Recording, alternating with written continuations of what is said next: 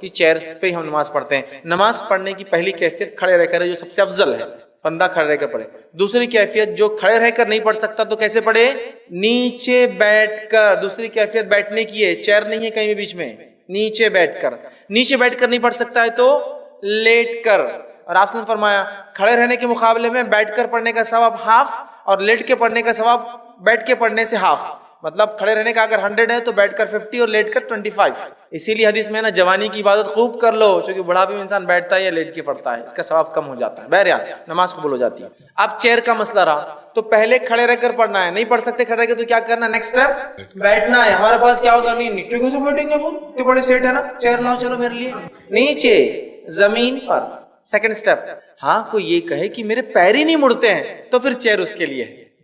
نہیں میرے پیٹ میں تکلیف ہے لیکن اٹھ بیٹھ سکتا ہوں میں، لیکن مقام بھی تو نہیں میرا سماج میں، کہتا کرسی کا چھوڑ سکتا ہوں مسجد میں. تو پہلے کھڑے رہ کر، کھڑے رہنے کے بعد سیدھا کیا کرنا ہے؟ بیٹھ جانا ہے. بیچ والا کرسی کا اسٹاپ وہ ہے ہی نہیں پارٹ، وہ دیکھا جائے گا ایکسٹریم کیسز میں جب پیر ہی نہیں مڑتا ہے.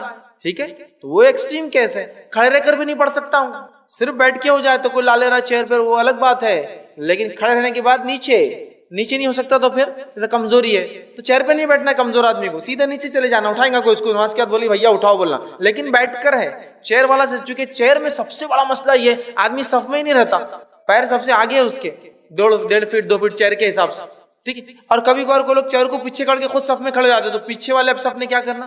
خود کرسی پیچھے، خود تو صف میں آ جاتے ہیں اور چیئر پیچھے. وہ کیسا ہونا؟ اب چیئر آگے لیے تو یہ سب سے آگے ہو جاتا، آگے کھڑا ہو چیئر پیچھے، ہے نا. تو first standing, second sitting, third sleeping, مطلب لیٹ کر بھی ہو سکتا ہے. ٹھیک ہے، لین جس کو کہیں گے لیٹ کر، لیکن کرسی نہیں ہے. ہاں جو آدمی کو کرسی کے علاوہ چارہ ہی نہ ہو تو اس کے لیے کرسی ہے. لیکن ہمارے پاس ایک فیشن بن چکا ہے کہ بیٹھ کر پڑھ سکتے ہیں تو بھی کرسی پہ بیٹھتے ہیں. نہیں وہ اتنا غریب ہو کہ کرسی بیٹھ رہا، ہم اتنے امیر ہو کہ کیسے نیچے بیٹھیں گے؟ نہیں، وہ مجبور ہو سکتا ہے غریب، اس کے پیر نہیں مڑتے ہوں گے، اس کی صحت ایسی نہیں ہے کہ وہ بیٹھ سکے، تو کرسی ٹھیک ہے. ورنہ کھڑے رہنے کے بعد بیٹھنا ہے، بیٹھنے کے بعد لیٹ کر پڑھنا ہے. تو لہٰذا کرسی کو اگر کوئی شخص اوائڈ کر سکتا ہے تو میں کہوں گا بیٹھ کر پڑھے، وہ زیادہ بہتر ہے.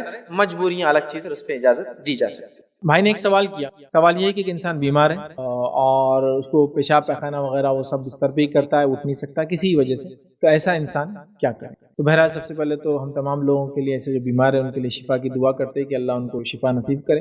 اب اس میں مسئلہ شرعی مسئلہ ہے کہ بھائی وہ اب طہارت کیسے کرے، ان کا معاملہ کیا ہے. تو یاد رکھیں اگر کوئی ایسا انسان ہے جو بیڈ پہ پڑا ہے، چل پھر نہیں سکتا ہے، پیرالائزڈ ہے، فالج مارا ہوا ہے، بوڑھاپے کی وجہ سے ہوتا ہے، باڈی کا کچھ پارٹ اس کا سن ہو چکا ہے بہت لمبے عرصے سے، اکثر لوگوں کا دیکھا جاتا ہے کمر کے نیچے کی بات سن ہو جاتے ہیں ریڑھ کی ہڈی کی آپریشنز کی وجہ سے، پیشاب پیخانہ آتا ہے، جسم چالو ہے، خون کا دوران چالو ہے، لیکن حس سینس ختم ہو جاتا ہے، ایکسیڈنٹ کی وجہ سے ہوا، کسی اور وجہ سے ہوا، یا پھر ٹیمپرری بیماری ہے، دواخانے میں ہے تو پڑا ہوا ہے، جس کی وجہ سے پیشاب پیخانہ وہ جگہ پہ کرتا ہے، اٹھ نہیں سکتا، چل نہیں سکتا. تو ایسا انسان بہرحال کیا کرے؟ تو یاد رکھیے ایسا انسان جو یہ نہیں کر سکتا کہ پیشاب پیخانہ اس کا خود ہو جا رہا ہے، صاف کیا جا رہا جگہ پہ، پانی استعمال نہیں کر سک رہے اس کے لیے، اس انسان کے لیے یاد رکھیے کوئی مسئلہ نہیں ہے کہ وہ جو حالت میں ہے اگر وضو کر سکتا تو وضو کر لے، اور چونکہ پانی کا مسئلہ ہے جو وہاں نہیں لگا سک رہا پانی طہارت کو، تو وضو کو بھی نہیں کر تو وہ تیمم کر کے نماز پڑھے، اس میں کوئی حرج نہیں، لیکن وہ نماز نہیں چھوڑے گا. یہ بات میری آپ یاد رکھیں، وہ نماز نہیں چھوڑے گا. پیشاب کی تھیلی لگی ہوئی ہمیشہ کنٹینیوس پیشاب اس میں نکلتے رہتا ہے تو کوئی مسئلہ نہیں، وہ آدمی وضو کرے اگر وضو کر سکتا ہے تو، کیونکہ کبھی ہوتا ہے کہ وضو کر سکتا ہے، چلتا پھرتا بھی لیکن پیشاب کی تھیلی، وضو کرے اور نماز پڑھے. پیشاب کی تھیلی لگی ہے، خطرے ڈائریکٹ جاتے ہیں، خطرے کیا جاتے ہیں اس میں؟ تو ڈائریکٹ وہ بلیڈر میں سے سیدھا یورین اندر پاس ہوتا رہتا، پیشاب جاتے رہتا اور تھیلی میں جمع ہوتے رہتا. ٹھیک ہے، تو کوئی مسئلہ نہیں، وضو کرے. اگر وہ بیماری کا سے وضو بھی نہیں کر سکتا تو پھر وہ تیمم کرے اور تیمم کر کے نماز پڑھے. تو ایسا آدمی جو بیمار ہے، پیرالائزڈ ہے، یہ ہے وہ ہے، لیکن عقل چل رہی ہے، اتنا سینس ہے اس کو، پیرالائز ہے تو، یا پھر باڈی نیچے کی سینس جیسے اوپر کی ورک کرتی ہے، بیٹھتا ہے اٹھتا ہے، گھر والے کراتے ہیں، پیشاب پاخانے کے شعور نہیں، پیشاب پاخانہ اس کا دھلایا ہے، صاف کیا جائے، اور اس کے بعد وہ کیا کریں گا؟ وضو کریں گا اور نماز پڑھیں گا، اس میں کوئی مسئلہ نہیں ہے. لیکن ہمارے پاس کیا طہارت کی ہمارے اپنے ایجاد کرتا اصول، وہ اصول نے امت کو بہت برباد کیا. میں نے کئی لوگوں کو دیکھا ٹرین میں جاتے ہیں نماز نہیں پڑھتے. کیوں؟ ٹرین میں پاخانہ کتنا گندا رہتا ہے، وہ نہیں طہارت کو جاتے. اللہ اللہ اللہ، میں کو تو نہیں، میرے کو تو لگتا اب ٹرین میں گئے کہ طہارت ٹوٹ گئی. اب ٹوٹ گئی تو بولے اب 3 دن کا سفر ہے تو 3 دن سفر کے بعد میں نماز پڑھوں گا نہانے کے بعد. تو طہارت کب ٹوٹتی ہے بھی نہیں پتا. طہارت کا ٹوٹنا اور غسل کا ٹوٹنا دو بالکل الگ الگ چیز. میں پیشاب کے لیے گیا، پانی نہیں ملا تو میرا طہارت ٹوٹ گئی، لیکن میرا غسل نہیں ٹوٹا. مجھے جب پانی ملے گا میں دھو لوں گا اپنی شرمگاہ کو، اور وہ کپڑے کا حصہ جب پیشاب لوں گا دھو لوں گا، میری طہارت ہو گئی. ہم طہارت کے ٹوٹنے کو غسل کے ٹوٹنے کو کامن سمجھتے ہیں. پیشاب ہوا پانی نہیں لیا, پھر اب 8 دن بعد ہی نہاؤں گا میں, تو ابھی ہفتے کو کرا میں نے ایسا, میں تو جمعے کچھ نہ تھا, تو لہٰذا اب نمازیں میں 8 دن نہیں, کیوں؟ طہارت نہیں ہے. اچھا یہ ایک ٹرم صرف جینٹس میں نہیں ہے, کامن لیڈیز میں بھی کامن ہے, جتنے بے نمازیاں ملیں گی آپ کو عورتیں بھی یہی چاہتا, طہارت نہیں ہے. کیوں نہیں طہارت؟ یا تو خود نے لیے پانی, ایک دوسرا بچہ پیشاب کر دیا میرا, تو بچے کے پیشاب سے آپ کی طہارت نہیں ٹوٹتی. معلوم آپ کو, بچے کا پیشاب, کسی اور کا پیشاب, خود کا پیشاب بھی اپنے ہاتھ اور کپڑوں پہ لگ گیا تو اس کا وضو سے اور غسل سے کوئی لینا دینا نہیں ہے. آپ صرف پانی سے دھو لے, کپڑا دھو لے, ہاتھ دھو لے, آپ کا وضو باقی ہے, یہاں تک کہ اس سے تو وضو بھی نہیں ٹوٹیں گا آپ کا. پیشاب ہے, آپ اب لیب میں ٹیسٹنگ کرتے ہیں, آپ ماں ہے تو بچے کا پیشاب صاف کریں, آپ کسی آدمی کا جو گھر میں بیمار ہے پیشاب پیخانہ صاف کرتے ہیں, لیکن پیشاب لگنے سے وضو نہیں ٹوٹتا, غسل بھی نہیں ٹوٹتا آپ کا. آپ کو کپڑے چینج کرنا, ہاتھ پہ لگا تو ہاتھ دھونا ہے, کپڑے پہ لگا تو کپڑے چینج کرنا ہے, اگر تھوڑا سا ہے تو اس کو نچوڑنا ہے. تو ہمارے ایجاد کرتا طہارت کے مسائل ہم کو برباد کرنا. حد تو یہ ہو گئی کہ کچھ لوگ تو اگر بیوی سے ایک بار ہم بستری کرے تو بولتے اب جب تک پورا بستر نہیں بدلا تب تک ناپاک سمجھ رہے ہیں. تو طہارت کے آپ کے ایجاد کرتا چیزیں. پھر اگر وہ ہم بستری جو کپڑوں میں کی, وہ کپڑوں نے الگ سے دھلنا, الگ پانی میں, الگ ٹب میں, کامن کپڑوں مل گئے تو پورے کپڑے برباد. تو یہ ہمارے اپنے ایجاد کردہ طہارت کے. نبی اکرم صلی اللہ علیہ وسلم ہے, میں عائشہ فرماتی ہوں, نبی اکرم صلی اللہ علیہ وسلم میرے ساتھ رات ہوتے, رات ہونے کے بعد نبی اکرم صلی اللہ علیہ وسلم کپڑوں کو پہنتے جس پر منی کا دھبا لگ جاتا اور وہ دھبا واضح دکھتا, تو میں پانی کے نہ ہونے کی وجہ سے اس دھبے کو اپنے انگوٹھے سے کھرچ دیتی, کھرچنے کی وجہ سے اس پر انگوٹھے کے نشان بن جاتے. صاحب شکر کا پانی لگ گیا آپ کے کپڑوں پر, وائٹ ہو جاتا پورا, اس کے بعد آپ اس کو کھرچتے, سمجھ میں آتا کسی نے کھرچ کے نکالا, پانی نہ ہوتا, اور اسی کپڑوں میں اللہ کے رسول, مطلب آپ نے غسل کر لیا لیکن کپڑے دھونے کو پانی نہیں. اب یہ ہم نے چلا طہارت کے اپنے اپنے ایجاد کرتا نئے مسائل. کچھ لوگوں کو تھا لیے کہ اگر انہوں نے ہم بستری کر لی بیوی سے اور اس کے بعد موبائل کو ہاتھ لگائے تو پورا موبائل کو پانی میں ڈبا کے نکالتے ہوتے, نہیں واٹر پروف موبائل لے کے رہتے, نہیں بولے طہارت کا مسئلہ. یہ طہارت کے آپ کے اور میرے ایجاد کرتا مسئلہ. دین کیا بہت واضح ہے, دین بہت آسان ہے, کرنے کے لیے کوئی خرچہ نہیں لگتا, ہر حال میں سوٹیبل ہے, ہر شخص کے لیے سوٹیبل ہے, بیمار کے لیے, اپائج کے لیے, سب کے لیے سوٹیبل ہے, سوائے اس کے کہ بچہ جو عقل میں نہ ہو اور پاگل جو عقل میں نہ ہو, وہ لوگوں کو نہیں سوٹ کریں گے, وہ تو بیچارے پاگل ہے, بچے کو سمجھ نہیں, ان سب کے لیے سمجھ رہا. تو لہٰذا پیشاب پیخانہ وہیں ہو رہا ہے, خون نکل رہا ہے, پیپ نکل رہا ہے, پیشاب کی قطرے نکل رہے, یہ ہو رہا ہے, سب ہو رہا ہے, ٹھیک ہے, اس کو آپ صاف کریں. صاف نہیں کر سکتے, تھیلی لگی ہوئی, باکس لگا ہوئی, یہ لگا, اس کو وہیں رہنے دیں. وضو کر سکتے وضو کرے, وضو نہیں کر سکتے تیمم کرے, نماز پڑھے, بیٹھے سے پڑھ لے, کھڑے رہ کے پڑھ سکتا کھڑے رہ کے پڑھے, نہیں کھڑے سکتا بیٹھ کر پڑھے, بیٹھ کے نہیں پڑھ سکتا لیٹ کر پڑھے, لیٹ کے نہیں پڑھ سکتا آنکھ پورا سنے اور دماغ چالو ہے تو اشاروں میں پڑھے. کوئی لمبا آپریشن ہے, آپریشن کے ٹائم میں نماز کا وقت آ رہا ہے اور ہاف باڈی سن کر دی گئی, نیچے کا ہاف ایریا سن کر دیا گیا, کبھی ہوتا نا گردن سے نیچے سن کر دیتے, آپریٹ ہو رہا لیکن آپ کو سینس ہوتا پورا کہ آپ کو آپریشن ہو رہا ہے, آپ کی عقل چالو لیکن ہاتھ پر نہیں چالو ہے, ایسی نماز پڑھ. دین آسان ہے, ہر جگہ لاگو ہے, ہر حالت میں آپ کے ایلیجیبل ہے, اور ہر چیز کی آپ کچھ. سور کا گوشت حرام ہے, لیکن اگر جان جانے والی ہے اور کچھ نہ ہو کھانے کو تو جان بچانے کے حد تک کھایا جا سکتا ہے, حالانکہ حرام ہے نا, لیکن ابھی آپ کے لیے کھانا درست ہے جان بچانے. دیکھ رہے ہیں حرام چیز کو بھی اتنی چھوٹ دے رہا ہے, اتنا آپ کو سہولت, اتنے بینیفٹ, معلوم اتنے بینیفٹ. تو یہ بہرحال دین بہت وہ ہے. تو آپ نے جو سوال کیا تھا بیمار آدمی کیا کرے, وہ بھی نماز جب تک عقل میں ہے نماز ہو, چاہے کتنا بھی گندا ہو, جتنا صاف کر سکتا ہے کر لے, جو نہیں کر سکتا چھوڑ دے, اور اس کے بعد وہ نماز پڑھے, سوائے اس کے کہ ایسی حالت میں جو حالاتوں میں شریعت نہیں اس کو معاف کر, جیسا عورت کا حیض اور نفاس ہو تو نماز اور روزہ تب اس کو چھوٹ ہے, نہیں رکھیں گی, بلکہ نہیں رکھنا ہے, اس کو نہیں رکھنا ہے, اور نماز کی قضا نہیں ہے, روزے کی قضا ہے بس. اس کے علاوہ تو مردوں کو تو کسی چیز کی چھوٹ نہیں ہوئی, سمجھ رہا. تو بہرحال اس کو نماز پڑھنا ہے, جتنی طہارت لے سکتا ہے لے, سوکے سے دے, ٹیشو سے دے, پانی سے تو افضل, لیکن پانی نہیں لگا سکتا ٹیشو سے دے. اس کے بعد اگر وضو کر سکتا ہے تو کرے, وضو نہیں کر سکتا تیمم کرے. بہرحال نماز ہے بیٹھ کر, کھڑے رہ کر, بیٹھ کر, لیٹ کر, یہ اپنے ذہن میں یہ سب کرنا ہے. معاف اس کو بھی نماز نہیں ہے, اور کوئی انسان اس کا بہانہ بالکل بھی نہ بنائے. وہ ہمارا جو کڑی اور سلسلہ چلا تھا امت مسلمہ کو درپیش چیلنجز اور اس کا حل کیا ہے, اس چیلنج کے اندر آج 10واں اور آخری چیلنج میں آپ کے سامنے رکھنے کی کوشش کروں گا, جو امت مسلمہ جو ہے فیس کر رہی ہے, جو امت مسلمہ جس کے سامنے جو کھڑا ہے. اور یہ بڑا اہم چیلنج ہے, یاد رکھیے, اس لیے کہ کہیں نہ کہیں اب آج جس چیلنج کی ہم بات کریں گے یہ 10واں اور آخری ہے, لیکن اس کا تعلق ہر اس پوائنٹ سے تھا جو ہم نے اب تک دیکھا ہے. پورے کے پورے جو کڑی میں ہم نے 10, آج 10واں ہے, تو 9 جو اس سے پہلے پوائنٹس دیکھے تھے جو شرک سے شروع ہوا تھا, اور لاسٹ جو پوائنٹ ہم نے جو اس پہ کور کرنے کی کوشش کی تھی, وہاں تک اگر آپ آئے تو یہ کہیں نہ کہیں ایک اہم اس کا ٹکڑا ہے یا اہم حصہ ہے. اس پوائنٹ کے, اس نقطے کے, اس چیز کے نہیں ہونے کے نتیجے میں یہ تمام مسائل سے امت مسلمہ جوجھ رہی ہے. اگر یہ مسئلہ حل ہو جاتا تو کچھ نہ کچھ حد تک امت مسلمہ مسائل آتے تو اس کو لڑنے کے لیے، اس کا جواب دینے کے لیے، ان مسائل کو حل کرنے کے لیے ریڈی ہوتی اور تیار ہوتی. یاد رکھیے. اور آج کا جو ہمارا جو خطبے کا جو ٹاپک ہوگا یاد رکھیے وہ ہے تھنک ٹینک.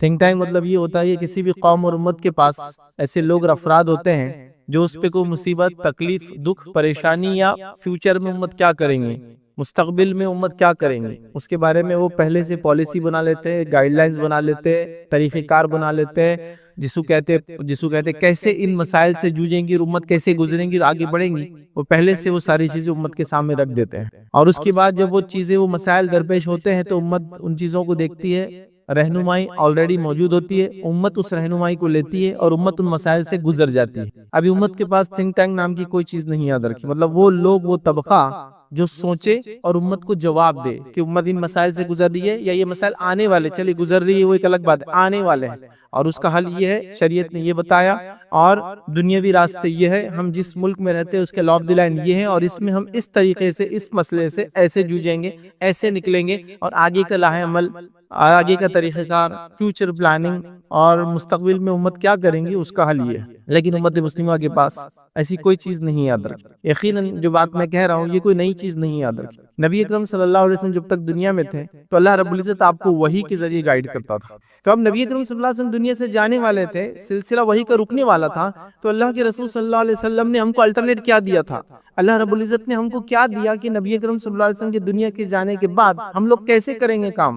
ایشوز، مسائل، پرابلمز تو آنے والے، آگے بھی آتے رہیں گے، تو سلوشن کیا ہے اس کا، کیسے نکالیں گے ہم؟ تو اللہ رب العزت نے نبی اکرم صلی اللہ علیہ وسلم کی حیات میں ہی وہ طریقہ کار بتا دیا تھا. یاد رکھیں کہ امت اپنے مسائل کیسے نکالیں گی. اور وہ آیت ایسا ہے جو میں نے آپ کے سامنے تلاوت کی. اللہ رب العزت یاد رکھیے اس آیت کے اندر سورہ آل عمران سورہ نمبر 3 اور آیت نمبر 159 اس میں اللہ فرماتا ہے اور کہتا ہے، جو آیت میں نے تلاوت کی تھی، اللہ فرماتا ہے وَشَاوِرْهُمْ فِي الْأَمْرِ. اے نبی صلی اللہ علیہ وسلم جب کوئی مسئلہ ہو جائے تو ان صحابہ کے ساتھ بیٹھ کے مشورہ کر لینا. وَشَاوِرْهُمْ فِي الْأَمْرِ مطلب اب آگے کیا پلاننگ کرنا ہے، آپ صحابہ کے ساتھ بیٹھنا اور اس کو پلان کر لینا. فی الامر فَإِذَا عَزَمْتَ فَتَوَكَّلْ عَلَى اللَّهِ اور جب آپ کوئی فیصلے پہ پہنچ جائے، جب کوئی آپ مصمم ارادہ پھر کر لے، جو مشورہ آ جائیں گا اس بیسس پہ جب آپ کو فیصلہ کر لے، پھر اللہ پر توکل کر لینا. اس کے بعد اللہ پر بھروسہ کر لینا. ان اللہ یحب المتوکلین، اس لیے کہ اللہ تعالیٰ اس پر توکل کرنے والوں کو پسند کرتا ہے. آگے بات تو کیا کہا، مشورہ کر لینا. نبی اکرم صلی اللہ علیہ وسلم ہے اور ایک قلعے کا جو ہے گھیراؤ کیا جا رہا ہے، یہودیوں کا قلعہ ہے، نبی اکرم صلی اللہ علیہ وسلم سے موجود ہے اور آپ صلی اللہ علیہ وسلم صحابہ سے کہتے ہیں کہ فلاں جگہ ہم پڑاؤ ڈالیں گے. ایک صحابی کہتے ہیں کہ اللہ کے رسول صلی اللہ علیہ وسلم میرا مشورہ ہے کہ پڑاؤ یہاں نہیں وہاں ڈالیں گے. کہا کیوں؟ کیونکہ اللہ کے رسول ہم جن یہودیوں سے لڑنے آئے ان کے پاس جو ہتھیار ہے وہ اتنے اچھے ہیں کہ وہ یہاں تک اس کی رینج ہے، یہاں تک وہ ہتھیار پہنچ جاتے جہاں خیمے کی آپ بات کریں. اللہ کے رسول فرمایا ٹھیک ہے ہم خیمہ پیچھے لگائیں گے. دیکھیے ایک صحابی کے مشورے میں بات ہوئی. جنگ احد کے لیے نبی اکرم صلی اللہ علیہ وسلم مشورہ کرتے صحابہ سے کہ میرے صحابہ کیا کہتے ہو، اندر رہ کے ڈیفنس کرے، باہر جا کے آفینسو لڑائی کرے؟ صحابہ کہتے جو نوجوان صحابہ تھے اللہ کے رسول ہم باہر جائیں گے اور لڑیں گے. اس کے بعد اللہ کے رسول نے کہا ٹھیک ہے ہم باہر جا کے لڑیں گے. آپ کا بختر، آپ کا جو چیسٹ کے لیے گارڈ آتا تھا وہ جب لگایا جا رہا تھا تو کچھ صحابہ جو بزرگ عمر کے تھے انہوں نے کہا کہ تم نے کیا کر دیا، یہ نبی اکرم صلی اللہ علیہ وسلم باہر جائیں گے، ان کی جان کو خطرہ ہے. تو یہ بہت پھر شرمندہ اور نادم اور فوراً دوڑے کہا اللہ کے رسول ہم چاہتے ہیں کہ وہ ڈیسیجن آپ واپس لے لے جو ہم نے مشورہ دیا تھا آپ کو کہ باہر نکل کے لڑیں گے، چونکہ آپ کی جان کا اب ہم کو ڈر لگ رہا ہے. تو اللہ کے رسول نے فرمایا کوئی نبی کی شان کے لائق یہ بات نہیں ہے کہ وہ ایک بار بختر پہن لے، جنگ کے لیے تیار ہو جائے تو پھر وہ جنگ کیے بغیر پیچھے ہٹے. اب نہیں ہو سکتا. ہی جو فیصلہ ہو گیا صحابہ کا مشورہ. تو ہم کو وہی کا سلسلہ تو بند ہو گیا. اللہ رب العزت نے قرآن اور سنت کے ذریعے قیامت تک آنے والے سارے مسئلے میں ہم کو گائیڈ کر دیا، لیکن کچھ مسائل آتے رہیں گے امت کے سامنے، تو کیسے حل کریں گے امت؟ یہ طریقہ ہے، وہ ہے وَشَاوِرْهُمْ فِي الْأَمْرِ. چلو مشورہ کرتے ہیں مسائل کے اوپر. فَإِذَا عَزَمْتَ فَتَوَكَّلْ عَلَى اللَّهِ پھر جب فیصلہ کر لو کس معاملے میں اس مشورے کے اندر، پھر اللہ پر توکل کرو. اللہ توکل کرنے والوں کو، اپنے بھروسہ کرنے والوں کو پسند کرتا ہے. تو یہ ہے طریقہ آگے چلنے کا. اور یہ جو میں نے شروع میں کہا تھنک ٹینک، ایسے لوگ جو سوچے امت کے بارے میں، یہ آیت اس کی دلالت کرتی. آئیے دوسری آیت اللہ رب العزت کیا فرماتا ہے اس آیت کے اندر.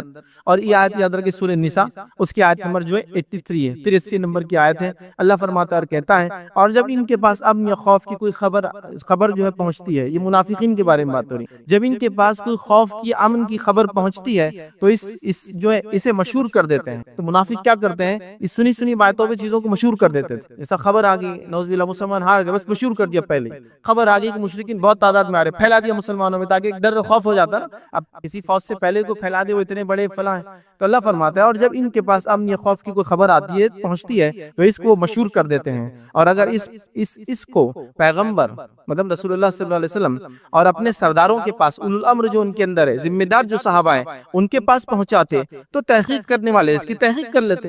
تو یہ بات پھیلانے سے پہلے منافقین کیوں نہیں ایسا کرتے کہ اللہ کے رسول صلی اللہ علیہ وسلم کے پاس چلے جائے، ان صحابہ کے پاس جائے، اولو الامر تھے، ہر صحابی ایک درجے کا نہیں تھے، یاد رکھیے، ہے نا، ابوبکر صدیق ہے اس کے اندر، عمر بن خطاب ہے اس کے اندر، عثمان بن عفان ہے اس کے اندر، علی بن ابی طالب اور دیگر یاد رکھیے جن کا درجہ ظاہر سی بات ہے سب سے اعلیٰ ہے۔ تو کیوں نہیں جاتے اور اپنے سرداروں کے پاس، نبی اکرم صلی اللہ علیہ وسلم خود موجود ہے، بڑے بڑے صحابہ ہیں، ان کے پاس پہنچاتے اور وہ تحقیق کر لیں گے، اور تحقیق کر کے جو ہے کر لیتے۔ اگر تم جو ہے اللہ کا فضل تم پر اور مہربانی نہ ہوتی تو چند اشخاص کے سوا سب شیطان کے پیروکار ہو جاتے۔ یہ فالتو خبریں سن کر، یہ فیک نیوزیں سن کر، یہ صرف جو باتیں یہ منافقین نے مشہور کر دی ہے، اگر یہ باتیں تم سنتے تو سب شیطان کے پیروکار ہو جاتے، مطلب اس پہ کوئی ڈیسیجن لے لیتے تم، فلاں قوم نے آپ پہ حملہ کر دیا، جبکہ انہوں نے حملہ نہیں کیا، وہ صرف آپ سے بات کرنے آئے، بات مشہور کر دی، اب مسئلہ ہو گیا نا۔ تو یہاں اللہ رب العزت فرما رہا ہے کہ پھر کیوں نہیں بات جو ہے بڑوں کی طرف پہنچائی جا رہی، کیوں نہیں بات اللہ کے رسول کے پاس پہنچائی، کیوں نہیں صحابہ کے پاس جو اس کے اندر الامر ہے، ذمہ دار ہے، پھر وہ تحقیق کریں گے اور آپ کو اس کا تحقیق کرنے کے بعد بتائیں گے ایسا نہیں ہے جو تم بول رہے ہو۔ تو آج مسئلہ وہی یاد رکھیں، امت کے پاس کوئی ایسا گروہ، کوئی ایسا طبقہ، کوئی ایسی آرگنائزیشن، کوئی ایسی تنظیم نہیں ہے، میں یہ نہیں کہہ رہا ہوں بالکل نہیں ہے، لیکن ان کی کیا حالت ہے اور اس کا کیا حال ہے، بہرحال اب میں آپ کو کیا بتاؤں، نہ ان تنظیموں کے نام کبھی آپ نے سنے ہوں گے، نہ ان کے ذمہ داروں کے نام کبھی آپ کو پتا ہوں گے، نہ قوم کو انہوں نے کوئی ایسا ڈیسیجن دیا ہوگا جس کو قوم لے کر کہے کہ ہاں یہ ہے، نہ ان کے پاس ڈیسیجن میکنگ کی کوئی صلاحیت ہے، نہ قوم کے پاس سننے کا ذرہ برابری جذبہ ہے۔ اس قوم کا المیہ یہ ہے کہ اس کے اندر جس کو ہم کہیں گے وہ لوگ اپنے آپ کو زیادہ تعداد میں سمجھتے جن کے پیچھے دوسرے لوگ چلے، مطلب قوم کسی کے پیچھے چلنا پسند نہیں کرتی، ہر آدمی یہ چاہ رہا ہے کہ میرے پیچھے لوگ چلیں، یہ سب سے بڑا مسئلہ ہے۔ تب کیسے ہوگا اس معاملے میں، یاد رکھیں۔ تو آج مسلمانوں کے پاس کوئی تھنک ٹینک نہیں ہے، کوئی انٹرنیشنل نیشنل لیڈرشپ نہیں ہے، کوئی ریلیجیس، پولیٹیکل یا سوشل لیڈرشپ بھی نہیں، یاد رکھیں۔ آئیے ہم دوسری قوموں کی مثال لیتے ہیں۔ دنیا کے اندر ایک بڑا مذہب ہے، مسلمانوں سے زیادہ ان کی تعداد ہے، عیسائیت۔ عیسائیت کے اندر ایک بڑا طبقہ جس کو کیتھولک بولتے ہیں، یاد رکھیں، ٹھیک ہے، کیتھولک ان کے اندر ایک بڑا طبقہ، یاد رکھیں۔ ان کے پاس ایک عالمی لیول کی لیڈرشپ ہے، اور وہ پہلے سیاسی لیڈرشپ بھی اور مذہبی لیڈرشپ بھی تھی۔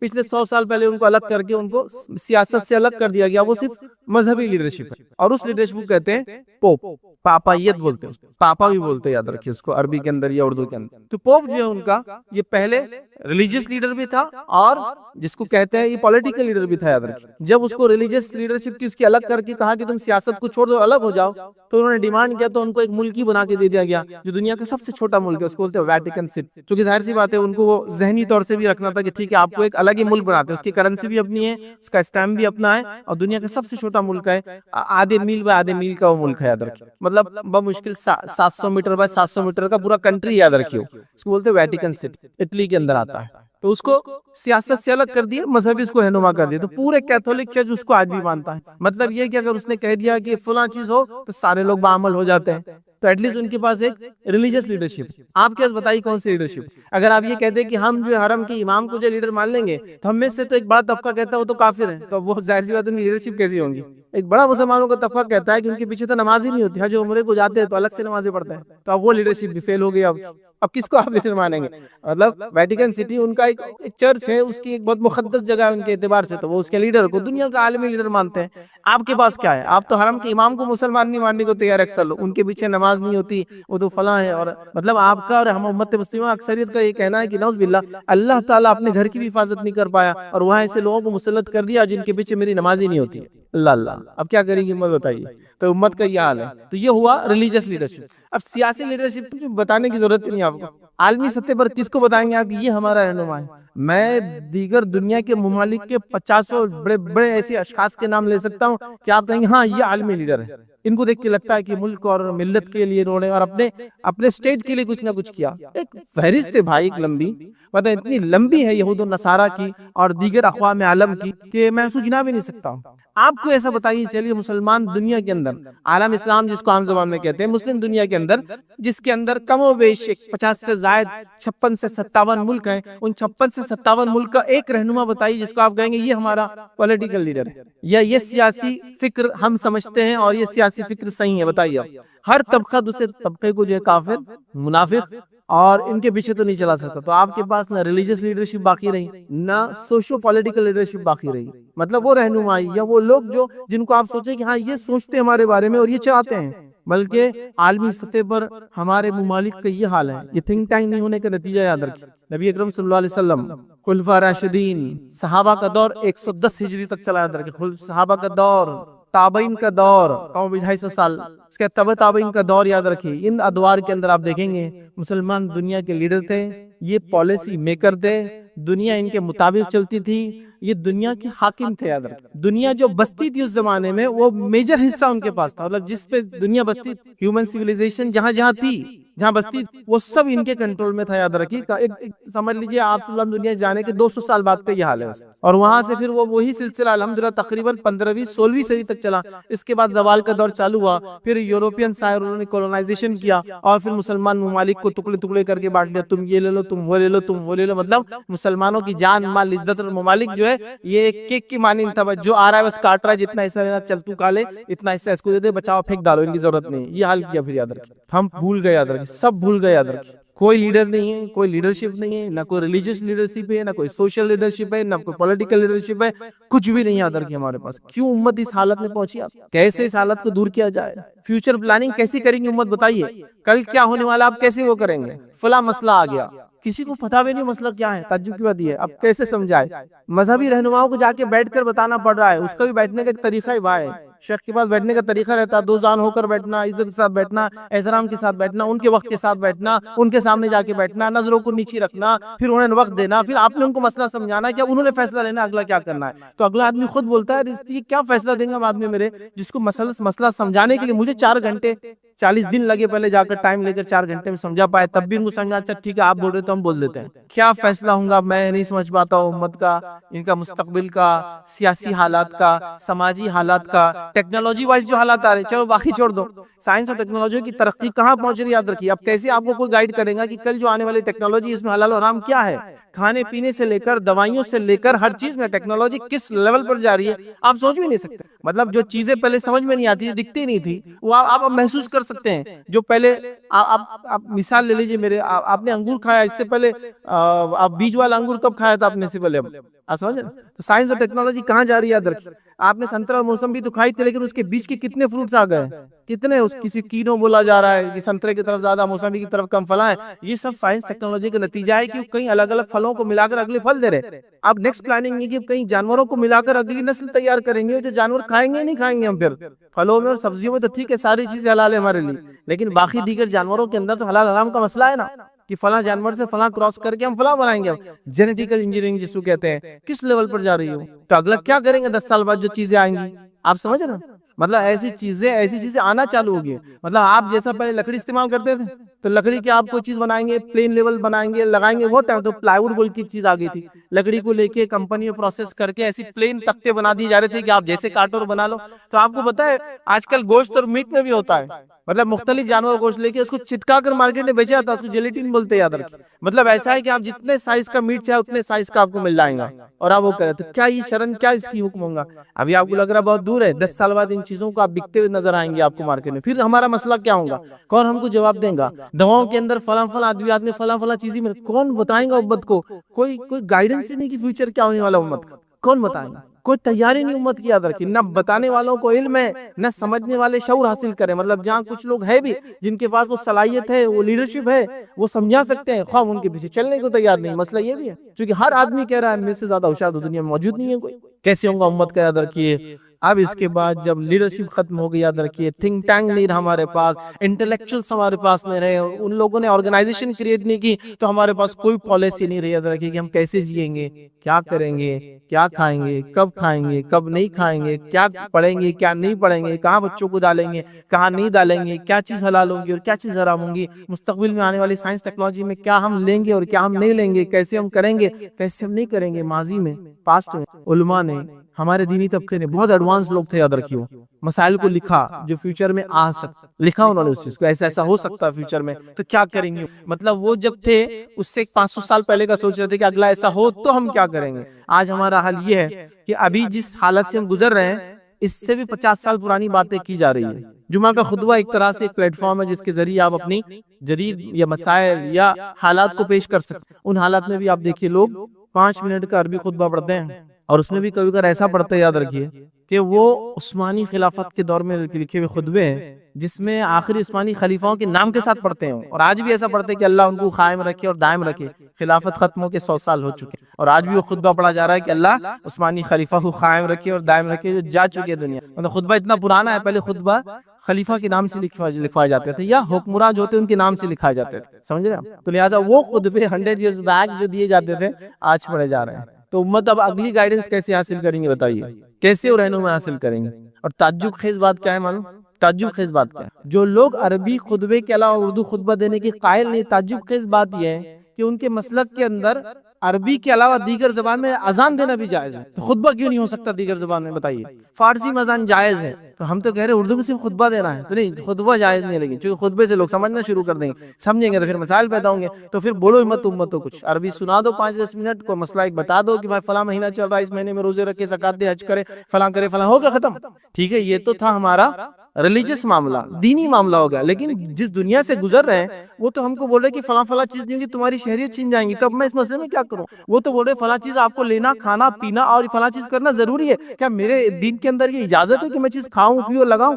میں اس کے بارے میں کیا کروں؟ کون سولوشن دے گا؟ کون ریپرزینٹ کرے گا؟ کون آگے بڑھ کر بات کرے گا؟ حالات دیکھیے اب کیا ہو چکی عادت، مطلب کس حالت میں ہم آ چکے ہیں، اور سسٹمیٹیکلی امت کو جو مس گائیڈ کیا گیا ہے، سسٹمیٹیکلی امت سے ذمہ دار اور ایسے لوگ جو باشعور باعقل تھے ان کو ختم کیا گیا ہے، ان کو ہٹایا گیا، یاد رکھیے، اور امت اس حالت میں آ چکی، یاد رکھیے کہ آج ان کو پتہ نہیں ہے کہ کیا کرنا ہے، جس کے نتیجے میں کیا ہو رہا ہے معلوم آپ کو؟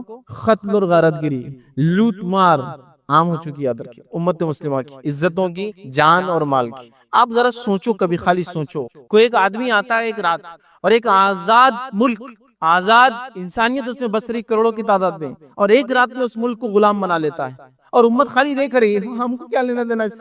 اب میں کتنی مثالیں دوں آپ کے سامنے، کیا بتاؤں، چونکہ کوئی گائیڈ کرنے والا نہیں۔ 2008 ہے، ایک رات ہے، ملک آزاد سو رہا ہے، دوسری رات صبح اٹھتا ہے فجر میں تو غلام اٹھتا ہے، عراق غلام بنا دیا ایک ملک، اور آپ خاموش بیٹھے تھے۔ آپ کو لگا کیا ہوتا ہے اس؟ آپ کو اس میں اشارہ تھا کہ ہم کیا کر سکتے ہیں تمہارے ساتھ، تمہارے پاس نہ کوئی ریلیجیس لیڈرشپ ہے، نہ پولیٹیکل لیڈرشپ ہے، نہ تم کچھ دھکا لگا سکتے ہو۔